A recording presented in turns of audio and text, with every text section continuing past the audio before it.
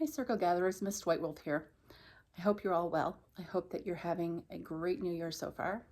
It is Friday, January 2nd. I wanted to pop on here just before the full wolf moon, to see how everyone's spell candle went, if that was something that you did. If you noticed anything with the wick or the wax, how it was melting down, if there was any symbols or any messages or anything that you felt like you needed to go back to later. It's not too late to write those things down. If you did notice something interesting and you wanted to look that up, you can certainly do that and go back to that at another time. And if you didn't finish burning your candle, do it again tomorrow night. Finish burning that tomorrow night or whenever. I feel like it's never too late. Sure, it's great if you're doing one spell for one specific thing, but I feel like the New Year's Eve spell, I don't feel like everything is cut and dry with magic. That's my own belief.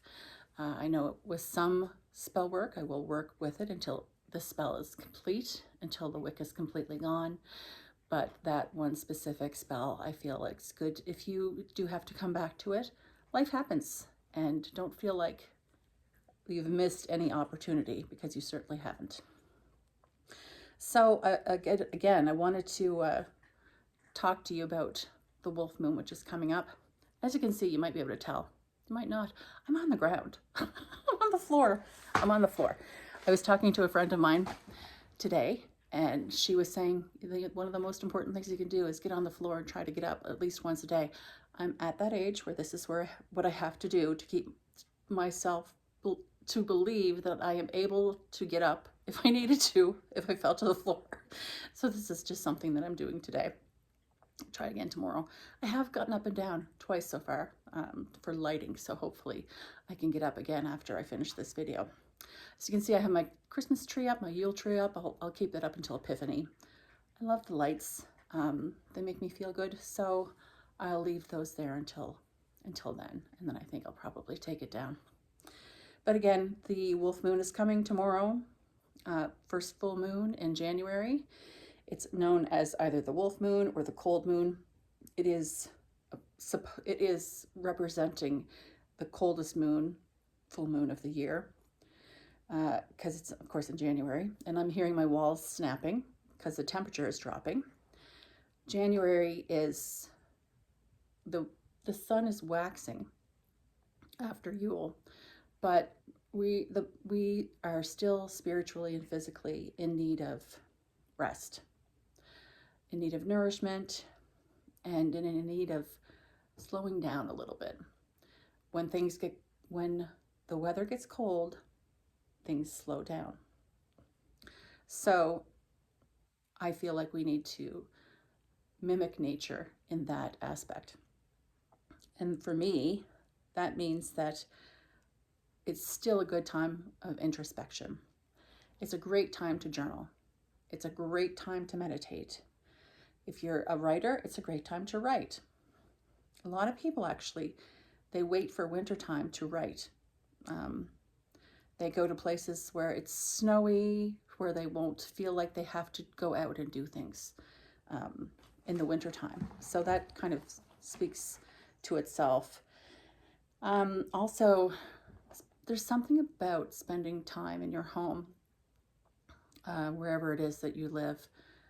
If it's colder outside, there's something about feeling the protection of your own home, feeling the security and the safety wherever it is that you live. If you live with other people, if you have a room, if you have a home, if you have whatever it is you have, there's something about being within your own four walls that makes me feel secure and comfortable.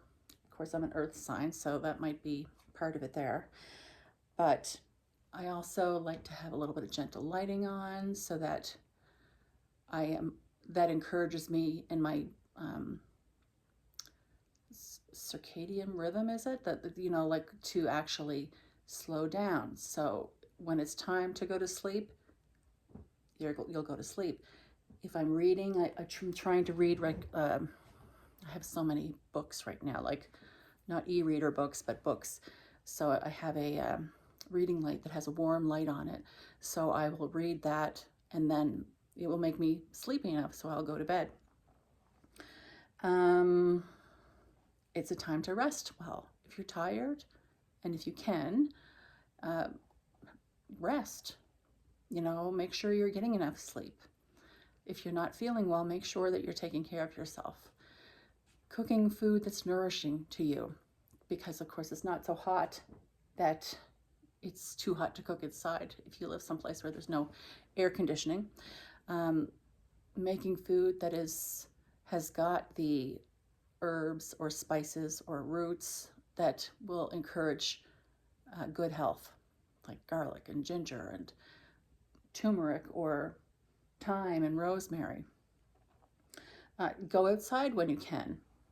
There's still lots happening outside. If you live by a river, it's a beautiful time to just watch the river and watch the water, or listen to it, or the ocean, or the forest. There's lots of activity that's still happening. There's a lot of birds. If you're a bird lover like I am, welcome in some movement. So if you can't do that outside, I have friends that do yoga, something I'm looking forward to trying in my own home this year myself, because I have a little bit more room to do that. So that's something I want to do this year. So Wolf Moon in Capricorn. The moon is in Cancer, but of course it's happening in the season of Capricorn. So Capricorn is very earthy, and of course Cancer is very watery. For me, that is protection and emotion. So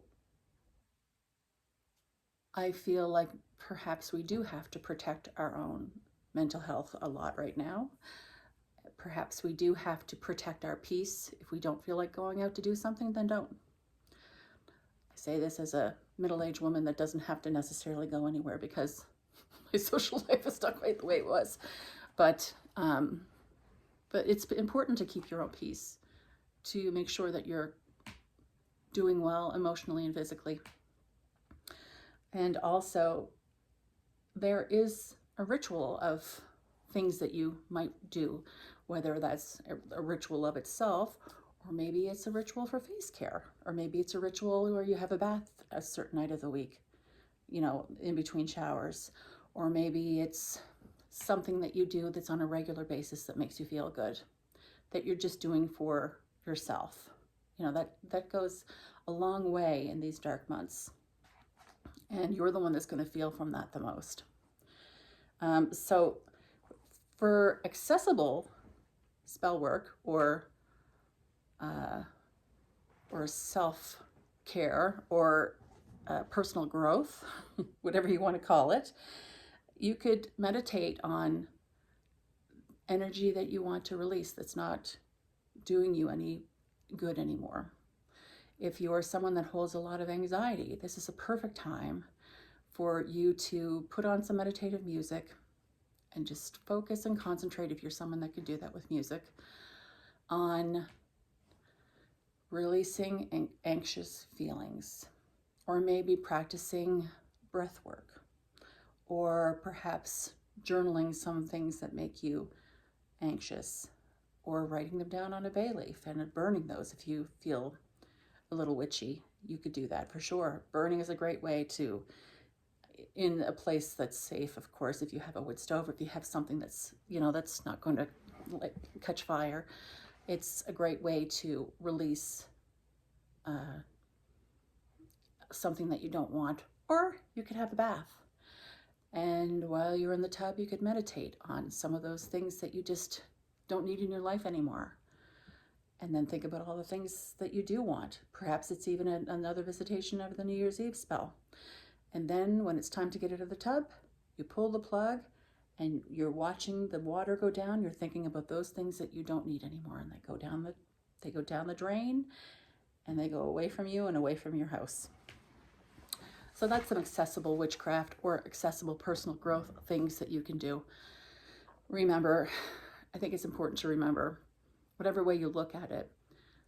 I know witchcraft is a dirty word for some people, but it's more than that to me. It's about me owning my growth through energy work, and it's about me taking my life back when I feel like there were times where I let that energy go.